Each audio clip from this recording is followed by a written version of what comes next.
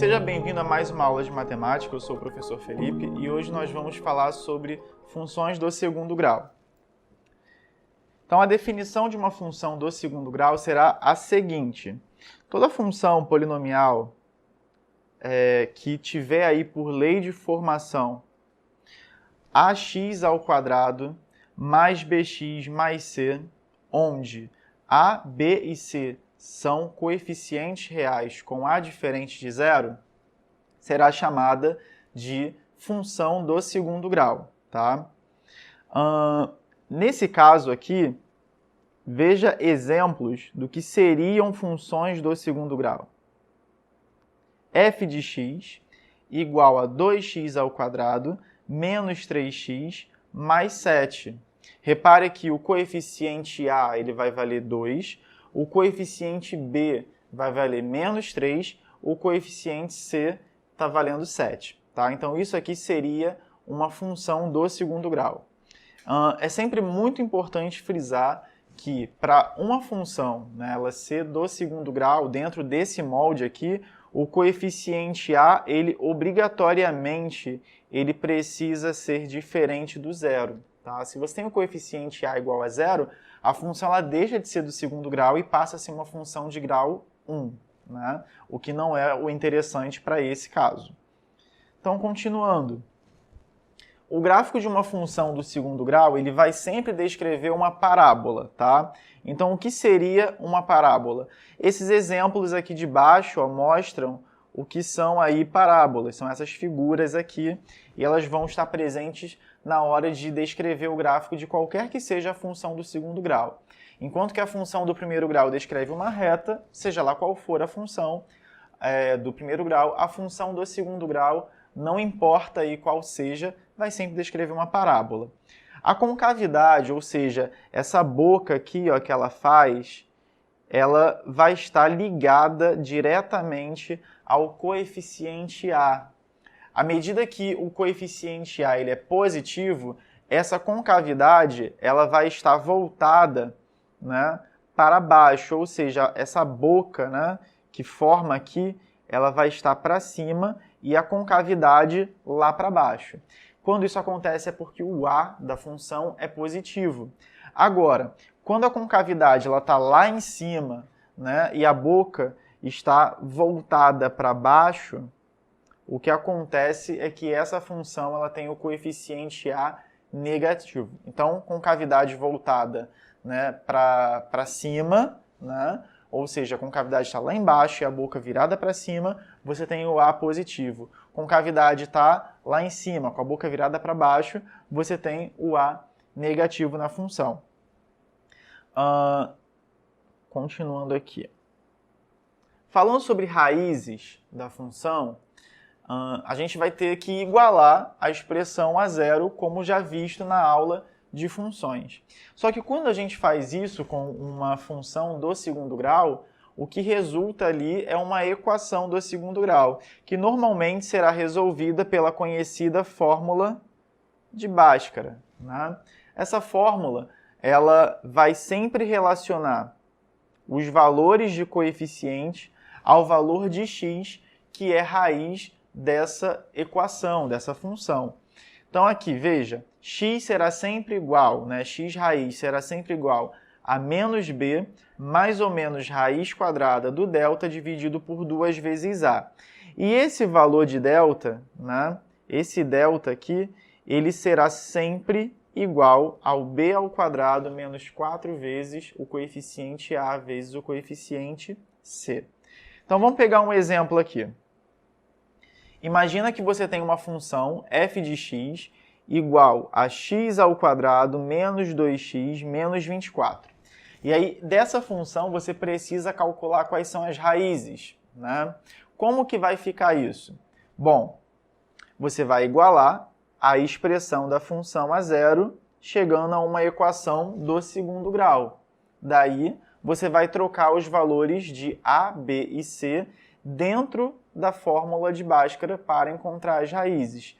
Tendo, então, aí x igual a menos 2, mais ou menos a raiz quadrada de delta, e aí o delta vai ser menos 2 ao quadrado menos 4 vezes 1, menos 24. Tudo dividido por 2 vezes o 1, né, que é o coeficiente a. X, então, vai ser igual a 2 mais ou menos raiz quadrada de 100 sobre 2. A raiz de 100 é 10, então x está valendo 2 mais ou menos 10. Nesse momento, nós vamos dividir aí a conta em dois momentos, né? x1 e x2, primeira raiz, segunda raiz, uma para o mais, outra para o menos. Então, primeira, 2 mais 10 sobre 2 é igual a 12 sobre 2, que vale 6. Segunda raiz, 2 mais 10 sobre 2 é menos 8 sobre 2, que chega em menos 4. Daí nós temos duas raízes, 6 e menos 4, ou menos 4 e 6.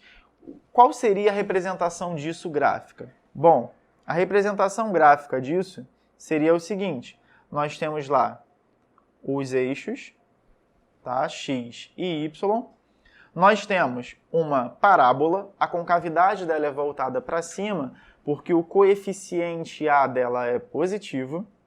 Essa parábola, ela vai estar ali, né, cortando o eixo do Y numa altura negativa por conta aqui, né, do seu último coeficiente, que é negativo. E as raízes dela, ou seja, o momento em que ela vai intersectar ali o eixo do x, são menos 4 e 6. Então, seria algo assim, ó. A parábola. Aqui seria o menos 4, aqui seria o 6. E essas são as raízes dessa parábola, certo? O delta, ele também tem uma importante função na hora de descrever o gráfico de uma função. Então, antes mesmo de você construir o gráfico, só pelo cálculo do delta, você já tem algumas informações relacionadas às raízes da função. Então, são as seguintes. Se o delta ele é negativo, tá? Se o delta ele é negativo, isso significa que a sua função ela não encosta no eixo do x, ó. Não importa se o coeficiente A ele é positivo ou negativo. Se o delta ele é negativo, a sua função ela não encosta no eixo do x.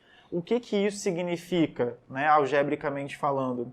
Significa que a sua função não tem raízes. Então, está calculando ali, procurando as raízes de uma função. Chegou num delta negativo, não precisa continuar a conta. Significa que a função não tem raízes. Ela não encosta no eixo do x. Agora, se ao calcular você perceber que o delta ele é igual a zero, isso quer dizer que a sua função vai ter apenas uma raiz. Ela vai encostar de modo a tangenciar o seu eixo do x, ok? Uma só raiz.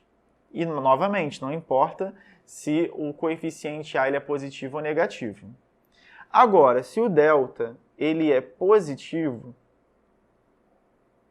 se você tem o delta positivo, o que acontece é que a sua função ela vai, de fato, marcar aí, ó, duas raízes, independente do coeficiente A ser positivo ou negativo. Ela vai cruzar o eixo do x, né, e como ela é uma parábola, ela vai fazer isso em dois momentos, no momento x1 e no momento x2. Vértice de uma função. Então, a função do segundo grau, ela determina um vértice, que é um momento mais baixo ou um momento mais alto. É o momento em que ela vai fazer a curva mesmo e vai mudar ali a sua direção. Então, veja que você tem um vértice aqui embaixo, você tem um vértice aqui em cima. O vértice, ele normalmente é chamado de o momento mínimo ou o momento máximo de uma função. E como que eu vou determinar ali as coordenadas de um vértice de função? Bom, você vai determinar isso através de fórmula, tá? Então, o Quero saber qual é o valor do x do vértice de uma função. O x do vértice de uma função será sempre calculado como menos b sobre 2 vezes o coeficiente a. Enquanto que o y do vértice de uma função será sempre calculado como menos delta sobre 4 vezes o coeficiente a. Tá? E isso, novamente, vai depender se o vértice ele está lá embaixo ou se ele está lá em cima. Na verdade, o que faz o vértice ele estar mais abaixo ou mais acima é o coeficiente a. Se você tem um coeficiente a positivo, isso significa que a sua função ela vai ter um valor mínimo, ou seja, o vértice ele vai estar aqui embaixo. Agora, se o seu coeficiente a ele é um valor negativo, isso significa que a sua função ela vai ter um valor máximo. E aí o seu vértice ele vai estar lá em cima. Vamos calcular aqui o vértice de uma função. Tá? Um exemplo vai ser a função f de x igual a menos x ao quadrado mais 4x mais 5. Então veja aqui, x do vértice é calculado como menos b sobre 2a. Então faz isso, ó. Menos 4, que é o b, sobre 2 vezes a, que é menos 1. Isso vai ficar menos 4 dividido por menos 2. Menos 4 dividido por menos 2 está dando 2 positivo. Então, esse é o x do vértice. Y do vértice. Menos delta sobre 4 vezes o a. Ao calcular o delta dessa função, nós chegamos em 36. Então vai ficar menos 36 dividido por 4 vezes menos 1. Menos 36 dividido por menos 4 está dando 9. Logo, a gente vai ter aí como coordenadas do vértice 2 e 9. Bom, pessoal, bons estudos para vocês e até a próxima aula de matemática.